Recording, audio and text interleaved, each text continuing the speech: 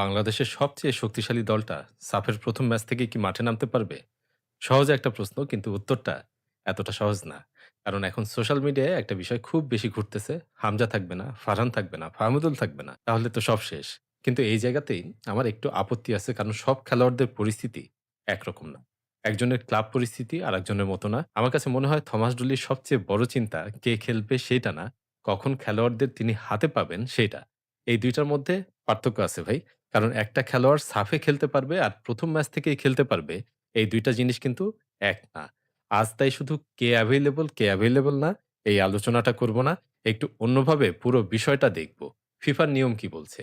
কোন খেলোয়াড়ের ক্ষেত্রে ক্লাবের সিদ্ধান্ত সবচেয়ে বেশি গুরুত্বপূর্ণ? আর সবাই যাকে শুরু থেকেই বাদ দিয়ে দিচ্ছে, তার জন্য কি সত্যিই কোনো রাস্তা খোলা নাই? এই কয়েকটা প্রশ্নের উত্তর খুঁজতে, খুঁজতেই শেষ পর্যন্ত আমরা একটা সম্ভাব্য ছবিও পেয়ে যাব। বাংলাদেশ সাফের জন্য কতজনের স্কোয়াড নেবে? সেটা খুব বড় প্রশ্ন না। প্রশ্নটা হচ্ছে কখন সেই স্কোয়াড চূড়ান্ত করতে হবে। কারণ সাফে আপনি চাইলেই টুর্নামেন্টের মাঝপথে ইচ্ছামতো খেলোয়াড় এড করতে পারবেন না। ধরেন আপনি সিদ্ধান্ত নিলেন হামজার জন্য অপেক্ষা করবেন। ফাহমিদুলকেও দলে রাখবেন আর সমিতও থাকবে। বাস্তবে একটা সমস্যা শুরু হবে। কারণ যদি ওরা ক্লাবের দায়িত্ব শেষ করে ৭ বা ৮ সেপ্টেম্বর বাংলাদেশে আসে, তাহলে প্রশ্ন হচ্ছে তারা কি ৯ তারিখ থেকেই খেলতে পারবে কিনা? নাকি তখন পর্যন্ত বাংলাদেশের গ্রুপ পর্বই প্রায় শেষ হয়ে যাবে? আর যদি গ্রুপ পর্ব শেষ হয়ে যায়, বাংলাদেশ যদি পরের রাউন্ডে উঠতেই না পারে, তাহলে তারা বাংলাদেশে এসেও মাঠে নামার কোনো সুযোগই পাবে না।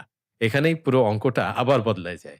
তাই আমার কাছে থমাস ডুলির সবচেয়ে বড় সিদ্ধান্তটা কাকে নিবেন এইটা না, বরং কাকে অপেক্ষা করার মতো ঝুঁকি নেওয়া যায়, কাকে দলে নেওয়ার জন্য অপেক্ষা করা যায়। কারণ একজন দেরিতে আসা ভালো খেলোয়াড় কখনো, কখনো সময় মতো পাওয়া মাঝারি মানের একজন খেলোয়াড়ের চেয়েও কম কার্যকর হয়ে যেতে পারে। সব ক্লাব আবার একই দৃষ্টিভঙ্গি নিয়ে খেলোয়াড়দের রিলিজও করে না।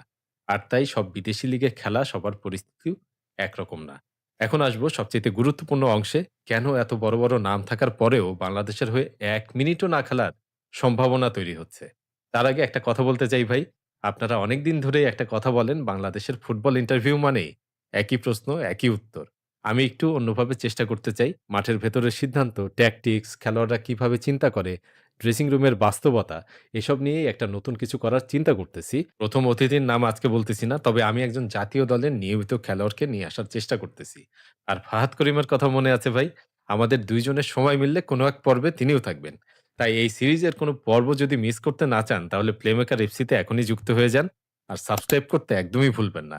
চলেন দেখি হামজা ফারহানদের ১ মিনিটও না খেলার সম্ভাবনা কেন তৈরি হচ্ছে। এখন একটা ক্যালেন্ডার সামনে রাখেন, কারণ পুরো আলোচনা এখান থেকেই পাল্টায় যাবে। সাফ শুরু হচ্ছে ৪ নভেম্বর। আর এখন পর্যন্ত যেটা জানা যাচ্ছে, ইউরোপে খেলা বেশ কয়েকজন ফুটবলারের ক্লাব কমিটমেন্ট শেষ হতে, হতে প্রায় ৮ বা ৯ নভেম্বর চলে যেতে পারে। এখন অনেকেই ভাবতে পারেন, ঠিক আছে, তারা ৯ তারিখেই আসুক, তারপর থেকেই তো তারা খেলতে পারবে। বিষয়টা ভাই এত সহজ না। কারণ এখনো ফিক্সচার প্রকাশ করা হয় নাই। ড্র হওয়ার পরেই আমরা নিশ্চিত জানতে পারবো বাংলাদেশ কোন দিনে খেলবে, কবে খেলবে, কোথায় খেলবে। তবে আগের সাব টুর্নামেন্টগুলোর সময়সূচি যদি একটু দেখেন, ৭ দলের এই টুর্নামেন্টে গ্রুপ পর্ব শেষ হইতে সাধারণত ৬ থেকে ৮ দিনের মতো সময় লাগে। এখন ধরেন নেপাল যদি এই পর্বে খেলতে না পারে, তাহলে গ্রুপ পর্বের ডিউরেশন আরো কমে যাবে।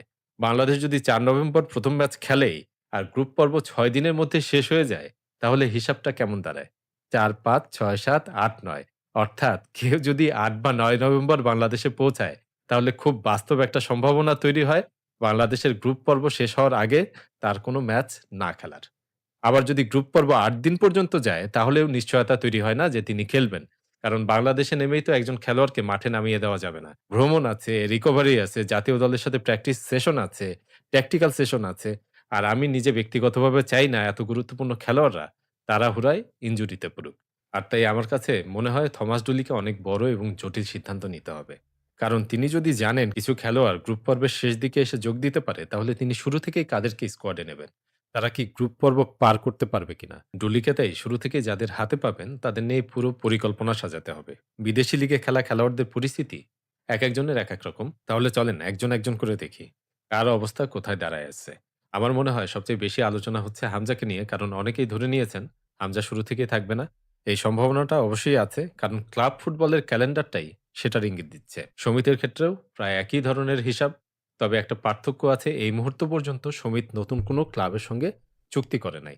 যদি এই অবস্থাটা আরো কিছুদিন থাকে, তাহলে তার পরিস্থিতি হামজার চেয়ে আলাদা হইতে পারে। আবার নতুন ক্লাবে সাইন করলেও সেই হিসাবও বদলে যাবে। আহমেদুলের ক্ষেত্রেও একই কথা। ক্লাবের অবস্থান, ম্যাচ ক্যালেন্ডার আর রিলিজ এই ৩ টা বিষয় না জেনে চূড়ান্ত সিদ্ধান্ত নেওয়া একদমই ঠিক হবে না। কিউবার ক্ষেত্রেও তাই। তবে আমার কাছে সবচেয়ে ইন্টারেস্টিং কেস হামজা না, সুমিত না, কিউবাও না। আমার কাছে সবচাইতে কঠিন হিসাবটা হলো ফারহান আলী ওয়াহিদের। কারণ এখানে ২ টা সম্ভাবনা পাশাপাশি দাঁড়ায় আছে। যদি সে নিয়মিত ফুলহামের ফার্স্ট টিমের পরিকল্পনায় চলে আসে, তাহলে ক্লাব তাকে ছাড়তে চাইবে না। সেটাই বড় সমস্যা। কিন্তু যদি সে মূলত আন্ডার 21 দলের হয়েই মৌসুম শুরু করে, তাহলে পুরো ছবিটা পাল্টায় যাবে। অনেক ক্লাবই তরুণ খেলোয়াড়দের আন্তর্জাতিক অভিজ্ঞতা অর্জনের সুযোগ দেয়। বিশেষ করে যখন সেটা সিনিয়র জাতীয় দলের হয়ে খেলার সুযোগ। তাই ফারহানকে এখনই সাফের ১ম ম্যাচ থেকেই থাকবে না, এই তালিকায় ফেলে দেওয়াটা আমার কাছে একটু তাড়াহুড়া মনে হয়। আবার নিশ্চিত থাকবে এই কথাও এই মুহূর্তে বলা যায় না। সবকিছু নির্ভর করবে আগামী কয়েক সপ্তাহে ফুলহাম তাকে কোন পরিকল্পনায় রাখছে তার উপরে। এই জায়গায় আমি চাই থমাস ডুলির জায়গায় আপনি নিজেকে বসায় প্রশ্ন করেন। আপনার হাতে যদি ২৩ জনের একটা স্কোয়াড গড়ার সুযোগ থাকে আপনি কি করবেন? ধরেন আপনি জানেন একজন খেলোয়াড় হয়তো ৯ তারিখের আগে আসতেই পারবে না। কিন্তু যদি আসে সে আপনার দলের সেরা একজন খেলোয়াড়।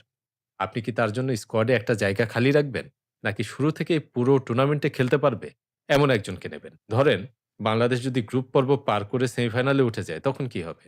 তখন তো হামজা, সমিত বা অন্য কেউ এসে পুরো পিকচারটা আবারও বদলায় দিবে। অর্থাৎ ডুলিকে ২ টা সময় একসঙ্গে মাথায় রাখতে হবে ভাই। একটা গ্রুপ পর্বের আগের আর একটা গ্রুপ পর্বের পরের। এই কারণেই আমি মনে করি আগামী কয়েক সপ্তাহে শুধু খেলোয়াড়দের জন্য না, ডুলির জন্যও একটা বড় পরীক্ষা হবে এই দলটা নির্বাচন করার ব্যাপারে। আর একটা বিষয় এখানে হয়তো অনেকেই খেয়াল করতেছেন না। বাংলাদেশকে শুধু অপেক্ষা করলেই হবে না। বাফুফেকেও কাজ করতে হবে। ড্র হওয়ার পর যদি দেখা যায় বাংলাদেশের গুরুত্বপূর্ণ ম্যাচগুলো একেবারে টুর্নামেন্টের শুরুতে, তাহলে ইউরোপে থাকা খেলোয়াড়দের পাওয়ার সম্ভাবনা ন্যাচারালি কমে যাবে। কিন্তু যদি সূচিটা এমনভাবে হয় যেখানে বাংলাদেশের শেষ গ্রুপ ম্যাচ তুলনামূলকভাবে অনেক পরে, তাহলে একই খেলোয়াড়দের অন্তত কয়েকটা ম্যাচে খেলার সুযোগ তৈরি হতে পারে। বাংলাদেশ যেহেতু আয়োজক, বাফুফে যদি টুর্নামেন্টের আকর্ষণ, দর্শক এবং প্রতিযোগিতার মান এই ৩ টা বিষয় সামনে রেখে নিজেদের অবস্থান তুলে ধরে, তাহলে সাফের ফিক্সচারটা বাংলাদেশের জন্য ভালো হইতে পারে। কারণ হামজা, সমিত বা ফারহানের মতো খেলোয়াড়রা যত বেশি ম্যাচ খেলবে, সেটা শুধু বাংলাদেশের জন্য না, পুরা টুর্নামেন্টের জন্য আলাদা একটা ভ্যালু এড করবে। শেষ করার আগে একটা বিষয় আবার পরিষ্কার করে বলি, এই ভিডিওটার উদ্দেশ্য কারো আশা বা না আশা নিয়ে নিশ্চিত প্রেডিকশন দেওয়া না। কিন্তু একটা বিষয় এখনই বোঝা যাচ্ছে, বাংলাদেশের পরিকল্পনা এবার আগের যেকোনো সময়ের চেয়ে অনেক জটিল। বিশেষ করে সাফের স্কোয়াড নিয়ে। আগে হয়তো প্রশ্ন ছিল, সেরা একাদশ কি হবে? এবার প্রশ্নটা পাল্টায় গেছে। সেরা একাদশের খেলোয়াড়রা কখন আসবে, তাদেরকে কখন পাওয়া যাবে? আমার মনে হয় আগামী কয়েক সপ্তাহে শুধু থমাস ডুলির স্কোয়াড ঘোষণা না, ড্রয়ের পর ফিক্সচারটাও সমান গুরুত্ব দিয়ে দেখা উচিত। কারণ একই খেলোয়াড় একই টুর্নামেন্টে একই স্কোয়াডে থেকেও তার ভূমিকা একদম পাল্টায় যেতে পারে শুধু ম্যাচের তারিখের কারণে। ভিডিওটা ভালো লাগলে লাইক, কমেন্ট ও শেয়ার করতে ভুলবেন না। আর অবশ্যই সাবস্ক্রাইব করে ফেলুন প্লেমেকার এফসি। দেখা হবে পরের ভিডিওতে। Stay tactical.